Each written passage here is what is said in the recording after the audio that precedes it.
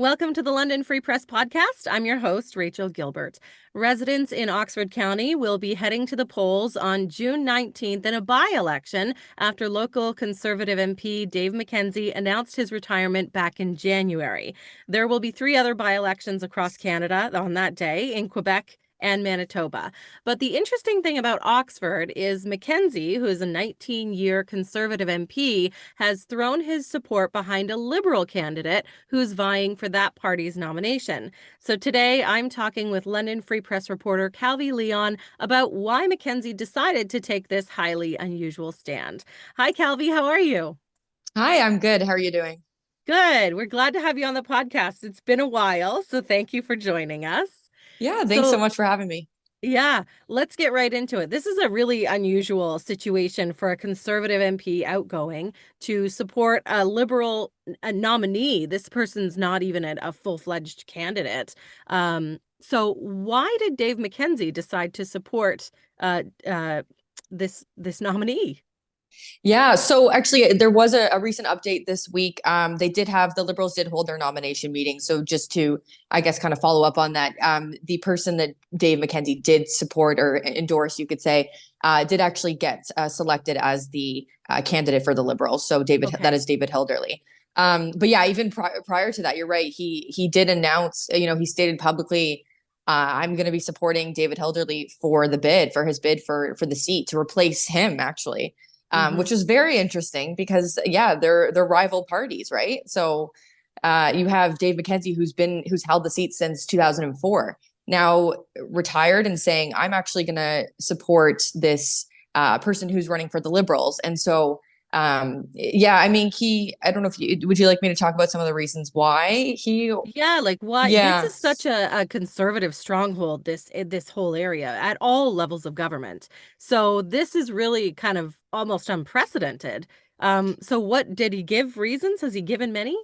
Yeah, so I mean, he didn't go into too much detail, at least when I spoke with him, and I did ask him. But there are two things that stood out from his answers, which were one being that he did have concerns about the nomination process, the nomination meeting that was held by the Conservatives, and that is, I guess, this was the kind of the latest twist following that, because there were a lot of disputes, and it did have some controversy to it in terms of concerns that were raised not just by Dave McKenzie himself but others about the Conservatives nomination process. So Hmm. he did cite those concerns, and second, he did also say, he thinks that David Hilderly is going to be a great candidate, and he has known him for a long time, and he wants to Hmm. support him in that way. So it was kind of a twofold thing there.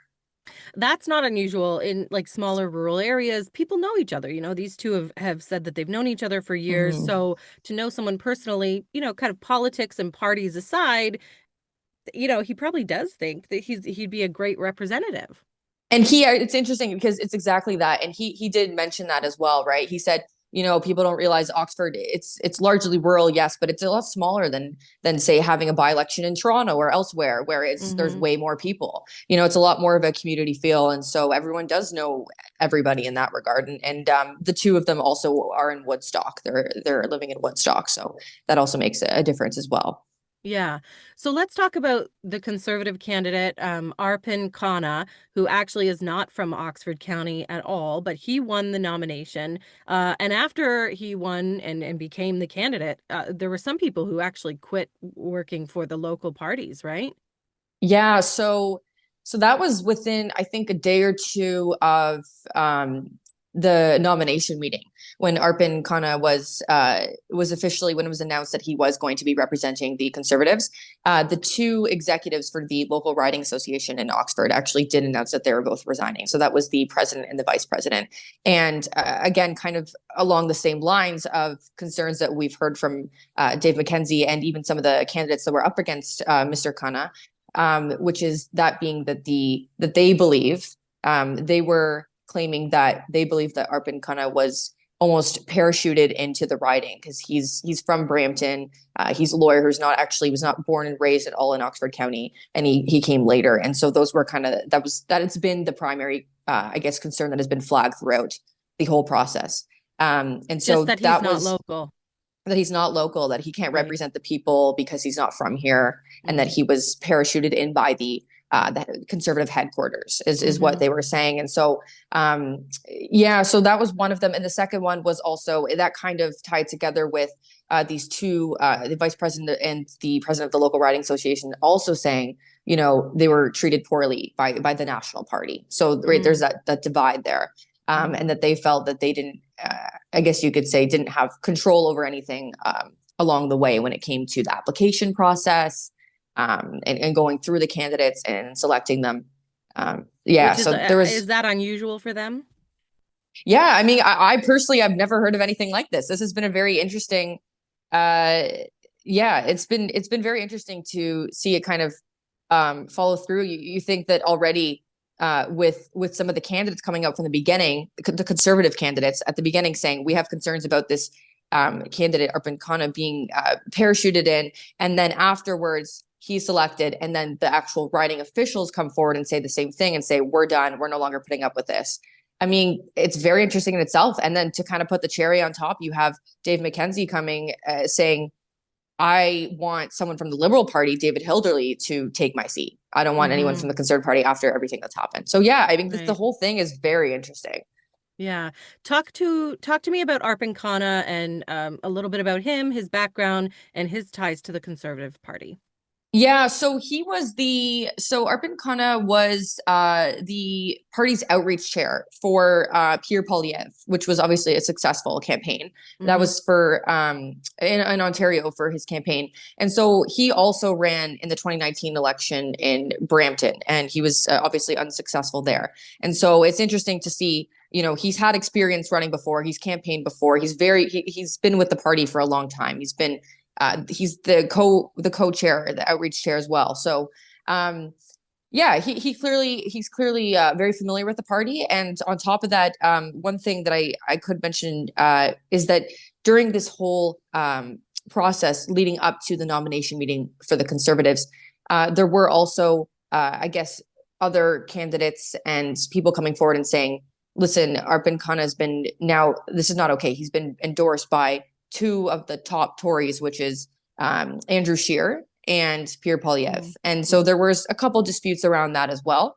But yeah, he clearly has the support of a lot of people within the party, including those two people. So Mm-hmm. he's Are there definitely. any concerns about him in particular in Oxford County that the local people have? Do they have concerns about Arpan in particular, or is it mostly because he's not a local person? So from what I've heard so far, I've heard a lot of concerns being raised specifically that kind of around that local angle. So, you know, how can we have someone here who isn't as familiar with the region, who hasn't been here for as long, and who doesn't necessarily or can't necessarily represent us? That is what I've heard. That's what people are saying.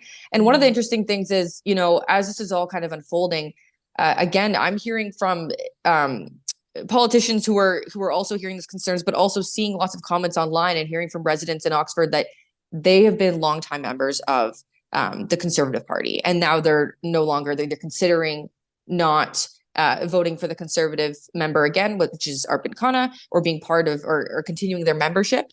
And going, and then there's some people saying outright, like, I'm no longer going to be a member of this party. I don't want to. I don't want to after this. So it is interesting to see that side of it as well.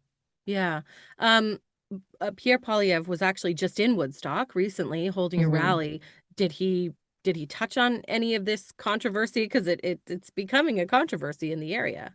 Totally. And no, actually, so that was one of the yeah, completely uh radio silent on that end of things when it comes to the Okay. by-election. There was nothing raised, at least to my knowledge. I know one of our colleagues, Jane Sims, she was at that rally. So, you know, Hmm. from what she saw and reported as well, nothing, not a word about the by-election or about this big controversy that has surrounded the by-election, which Mm. is interesting. It's like you didn't, not addressing the elephant in the room, right? So yeah, Right. not a word from Pierre Poilievre there as well. Yeah. Just talk about by-elections in general. Voter turnout for general elections is not great. What's it like for by-elections? And then how does the by-election indicate any does it give us any indications about where people are leaning politically? Yeah, no. So that's one of the interesting things about by-elections. I mean, it's a bit of a toss-up in that way. And you mentioned the voter turnout. As we know, voter turnout could be so much better. And with by-elections, typically, from my knowledge, is you're not really going to get many people out there. We'll have to see what happens with the Oxford by-election because, I mean, given everything that's going on, that has thrown them into a spotlight, like that they haven't received in the past X number of years, right? So we'll see if that changes things. People might be fed up. People might be very passionate about a certain candidate. So that could change the turnout. We'll have to see there. But yeah, just in general, I mean, as we know, it's typically not high. Yeah, I would say, and then I guess when it comes to supporting a certain candidate and whatnot, again, it's a Tory stronghold. We know that. You know, Dave McKenzie's held that seat for 19 years. Prior to that, it was the Liberals. Prior to that, it was the PCs as well. We'll have to see. It's a bit of a shakeup in that way. Things can change. We talked to one political expert who doesn't think it necessarily will change, but also it's not off the table. It could very much swap the other way. The Liberals could take over. We'll see what happens there. Yeah. So they really just can't predict what might happen. Right. Yeah. Let's kind of talk about Dave Hilderly. What does he think? He's gotten the nomination now. He's the candidate. What does he think of the former conservative MP, or outgoing, I should say, supporting him? He was surprised to learn at first. He didn't actually hear from him directly when he learned afterwards, after he publicly stated he was going to be supporting him. And so the way he described it to me was it was a pleasant surprise for him to learn. And obviously he's very happy about that. You know, he said the same thing. He's known Dave McKenzie for a long time. They both share the same name. So there you go. Right. And yeah, he was very happy. And then the other thing is, you know, David Hilderly too has been one of those people who said he wants somebody local to represent his riding, and he thinks he's the best candidate to do that. And also the other thing which I find interesting is that David Hilderly has experience in almost all different levels of government. So he actually most recently ran for Woodstock mayor, and he lost to the current mayor by, I believe, if I have my notes correctly, I think it was 171 votes, which is not a lot of votes. Very close. So yeah. He's a well-known guy in Woodstock and in the surrounding area. He's a real estate agent. He's had, I think, more than 3 decades of experience as a former educator. You know, people know David, and the other thing is he also has experience running at the provincial level. So this is new for him because he's at the federal level running, but he's also ran in a previous election provincially as well. Yeah, and he's known, and it seems like based on the voting for mayor, he has some support. So we'll see how that shakes out. Do we have any predictions for maybe how the other ridings that are going to have a by-election? Because there are some in Quebec, one in Manitoba. Is that right?